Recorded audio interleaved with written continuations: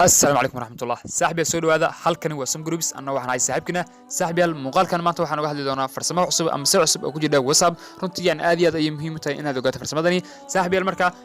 magaceedu waxa la yiraahdaa broadcast yani broadcast ayaa la yiraahdaa oo maxay naga caawinaysaa waxay naga caawinaysaa inaan yani hal fariin aan u dirno intaas qof tusaalaan 100 qof inaan u dirno hal fariin oo kaliya oo muhiim ah tusaalaan yani waxaad u isticmaali kartaa waxyaabo ogeysiiska ama markaad yani asxaab rabto inaad hal fariin ogeysiiso ama hal barnaamij soo marka saaxiibayaal barnaamijkaasi ay maanta noo wada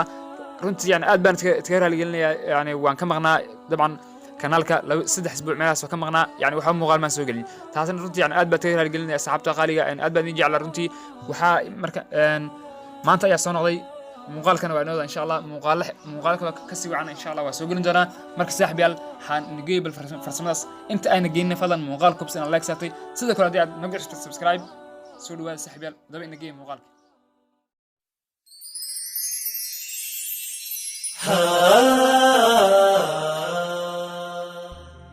صاحبي سو dhawaada halkani waa Sam Groups anna waxaan saaxiibkina saaxiibayaal muuqaalkan maanta waxaan uga hadli doonaa isticmaal farsamadan ku jirta set muhiim ah marka saaxiibayaal wixii hordhaca waxaan ku sheegay raacayaan muuqaalka ayaan uga soo hadalnay barnaamijkan wuxuu yahay saaxiibayaal barnaamijkan wuxuu yahay farsamada ugu muhiimsan ee ku jira WhatsApp farsamadan waxay saaxiibayaal wuxuu farsamadan inaad isticmaal karto yani new broadcast yani maxaa la wada broadcast waxaan ka wadaa inaad tusalahan boqolaal qof inaad hal mar aad fariin u diri karto يعني WhatsApp aad isticmaalaysaa waxaad rabtaa in hal fariin aad gaarsiiso intaas qof soo marka waxaan ku tusayaa sidii aad u gaarsiinayd yani halkaas fariin intaas qof ayaan maanta ku bari doonaa okay saaxiibayaal hadaba in geeyo WhatsApp-ka markuu sida inoo soo baxo saaxiibayaal waxaan taaban doonaa geeska sare 3 xisbi ayaan taaban doonaa 3 xisbi markaan ku dhufano waxaan ka dooran doonaa halka ka qoran tahay new broadcast halkan broadcast markaan ku dhufano marka waxaan sii doonaa yani dadka inaan xulano oo markaasi aan doorano soo marka waa ku dhufan doonaa dadka yani waan dooran doonaa soo marka adigu waad ka sii badin kartaa ilaa intaas yani waa sii wadi kartaa soo marka saaxiibayaal sida baa u sii wadaysaa insha Allah ilaa marka adigu intaad rabto ayaad ku xulan kartaa saaxiibayaal soo marka farsamadani aad ay muhiim tahay intaas qof ayaa hal mar fariin u dirto hal fariin kaliya aad diraysaa deedna way kaas jawaabin doonaan marka intii aad